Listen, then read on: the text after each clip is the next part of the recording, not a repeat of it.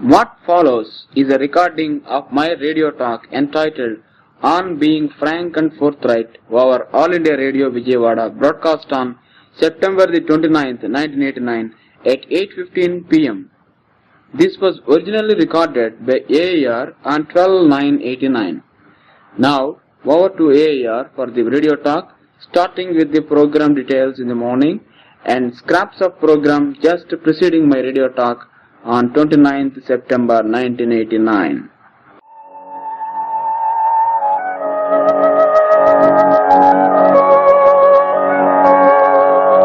Vande Mataram. Vande Mataram. Vande Mataram. శ్రోతలకు నమస్కారం. ఆకాశవాణి విజయవాడ కేంద్రం 358.4 మీటర్లు అనగా 837 కిలోహెర్ట్జ్ పై ఉదయం ప్రసారం ప్రారంభం. శక సంవత్సరం 1911 ఆశ్వీజ మాసం 7వ రోజు 1989వ సంవత్సరం సెప్టెంబర్ 29వ తేదీ శుక్రవారం 5:56:20.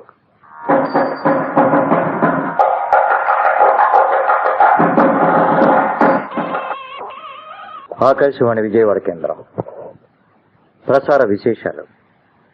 ఈ ఉదయం 6:10 భక్తి రంజని, 6:35 పొలం పనులు, 3వ ప్రసారంలో 5:30 యువవాణి, 8 గంటలకు వయోజన విద్యా కార్యక్రమంలో స్త్రీ విద్య ఆవశ్యకత శ్రీమతి పి నవరత్నం గారి ప్రసంగం పాఠాదింటారు. 8:15 on being frank and forthright Shri K Sivaram Prasad గారి ఆంగ్ల ప్రసంగం ప్రసారం అవుతుంది. 8:25 బృందగానం. స్త్రీ విద్య ఆవశ్యకత అనే అంశంపై శ్రీమతి పి నవరత్నం గారి ప్రసంగం విన్నారు. వయోజన విద్యా కార్యక్రమం ఇంతటితో సమాప్తం. This is all India radio Vijayawada. We now bring you a talk entitled On Being Frank and Forthright by Sri K. Shivaprasad. To talk about frankness and the ability to be forthright, I do believe that we should not be prisoners of our prejudices. Why should we have prejudices at all? Why cannot we at least think clearly about anything, be it politics from within the office to national level or simple social matters? Prejudices, I feel, are a natural phenomenon within us, representing the wickedness lurking deep inside, covered with all seemingly forthright behavior carried over from our wild ancestors of Stone Age.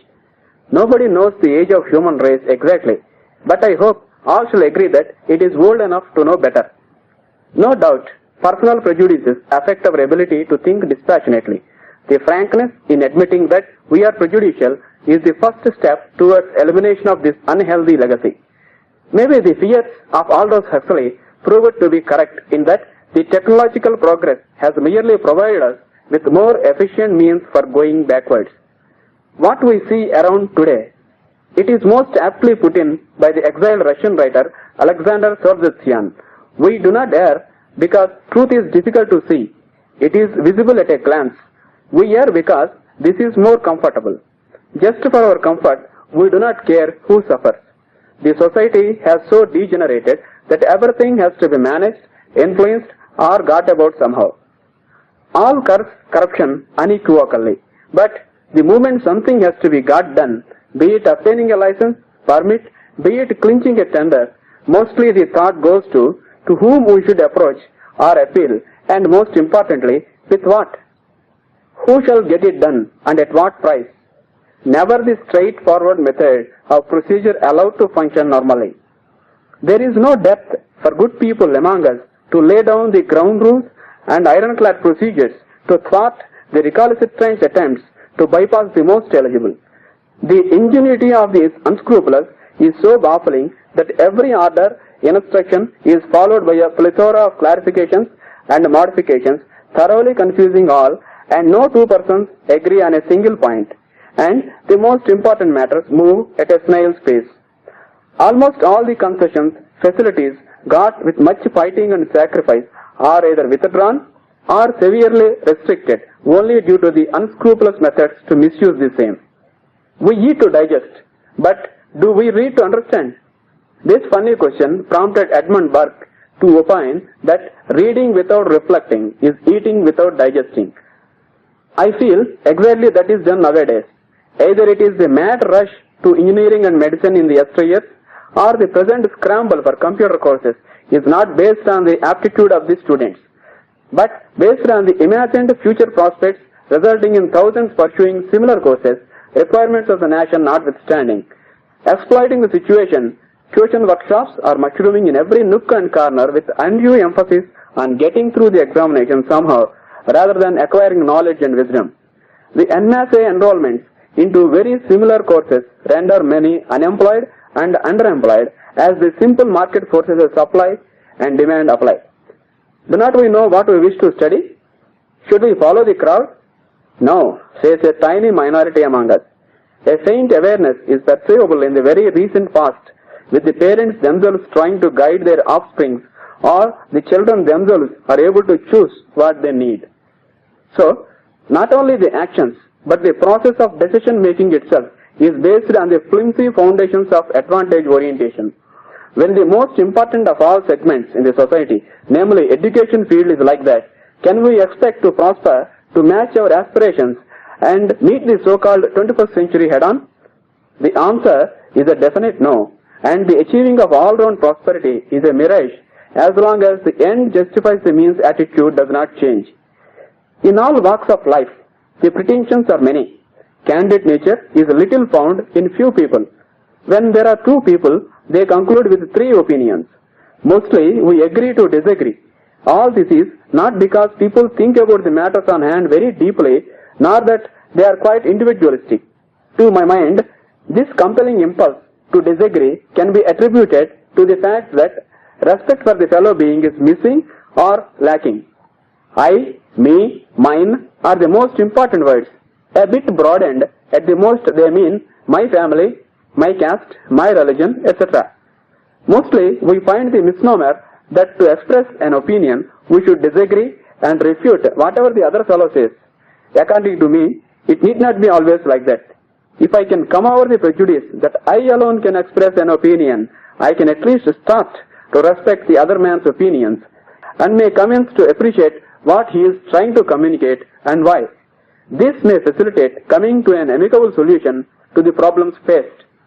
Maybe the other reason for this debilitating thought process of single-mindedness and egocentrical attitude is fear.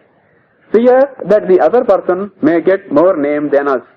We can only function as a society, but not as a single individual or a single segment of caste or religion independent of the society at large. I recall the well-known writer Rudyard Kipling telling that of all the liars in the world, sometimes the worst are your fears. This can be got over with one panacea called respecting the other man. It is a great disgrace for the human race, which prides itself with supreme wisdom, that it seldom realizes that certain of its behavioral traits are worse than the cruelest animals on the earth. These are called the green-eyed monsters of envy and ennui. Envy was responsible for many wars and conflicts which the history man has lost count of.